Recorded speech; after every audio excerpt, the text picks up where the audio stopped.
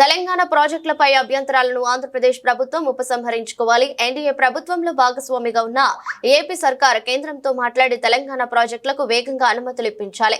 తెలంగాణకు నీటి కేటాయింపులు జరగకుండా రాష్ట్ర ప్రాజెక్టుల భవిష్యత్తు అగమ్య గోచరంగా ఉన్నంత వరకు వరద జలాలపై ఏపీ ప్రాజెక్టులకు అభ్యంతరం తెలుపుతాం. ఈ విషయంలో ఎటువంటి శశభిషలకు తావులేదు అని ముఖ్యమంత్రి రేవంత్ రెడ్డి స్పష్టం చేశారు. గోదావరిపై తెలంగాణ నిర్మిస్తున్న ప్రాజెక్టులకు అనుమతులన్నీ వచ్చిన తర్వాత మిగతా వాటిపై ఏ నిర్ణయం తీసుకున్నా తెలంగాణ ప్రభుత్వానికి అభ్యంతరం లేదని తేల్చి చెప్పారు. తెలంగాణ ప్రాజెక్టులకు అనుమతులన్నీ వచ్చిన తర్వాతే ఏపీ సమస్యకు పరిష్కారం దొరుకుతుందని తెలిపారు. ఢిల్లీలోని శ్రమశక్తి భవన్ లో కేంద్ర మంత్రి సిఆర్ పాటిల్ తో సీఎం రేవంత్ రెడ్డి, మంత్రి ఉత్తమ్ కుమార్ రెడ్డి సోమవారం దాదాపు గంట పాటు సమావేశమయ్యారు.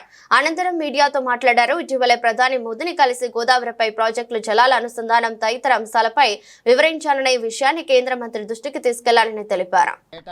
నీటి వినియోగం మీద వస్తున్న సమస్యలు జరుగుతున్న చర్చల మీదనే ప్రధానంగా వారి దృష్టికి తీసుకురావడం జరిగింది.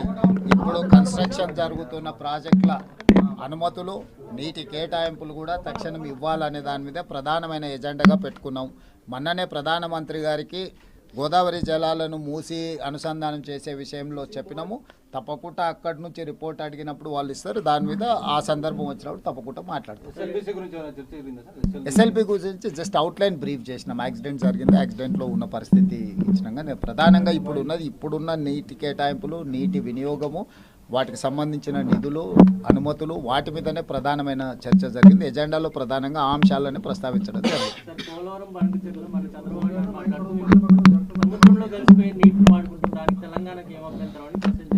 ఇప్పుడు మాకు నికర జలాల మీద కడుతున్న సమ్మక్క సారక్క కావచ్చు,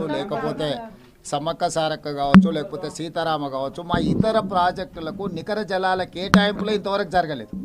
మా నికర జలాల గోదావరిలో అదనపు నీళ్లు ఉన్నాయి, గోదావరి నీళ్లు సముద్రంలో కలుస్తున్నాయి, సముద్రంలో కలిసే నీళ్లు మేము వినియోగించుకుంటున్నాం అని వాదిస్తున్న ఆంధ్రప్రదేశ్ మా ప్రాజెక్టులకు ఎందుకు అభ్యంతరం పెడుతుంది?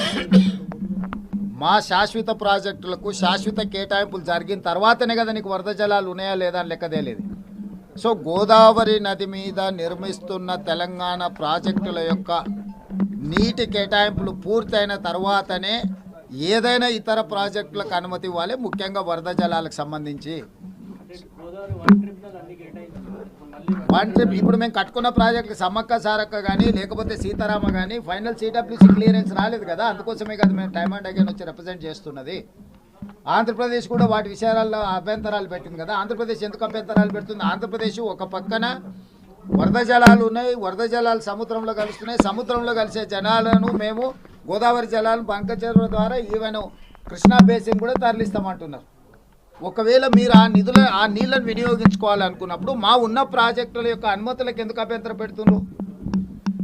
రేపు భవిష్యత్తులో మా ప్రాజెక్టులు పూర్తయి ఆయకట్టు స్థిరీకరించకపోతే మీకు టేలెండ్లో కట్టుకున్న లేకపోతే వరద జలాల బేసిన్ మీద మీరు కట్టుకున్న ఆయకట్టు స్థిరీకరించబడితే రేపు నీటి కేటాయింపుల సందర్భం వచ్చినప్పుడు స్థిరీకరించిన ఆయకట్టుకు నీళ్లు కేటాయిస్తామంటారు. అప్పుడు శాశ్వతంగా ఈరోజు మాకు కృష్ణాలో వచ్చిన సమస్య ఏంది?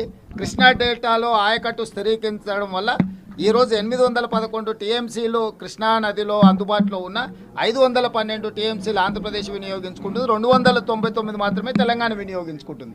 దీనికి ప్రధానమైన కారణం తెలంగాణ ప్రాంతంలో ఉన్న ప్రాజెక్టులు పూర్తి కాకపోవడం, ఆంధ్రప్రదేశ్లో పూర్తయిన ప్రాజెక్టులకు నీటిని కేటాయించడం. మళ్ళీ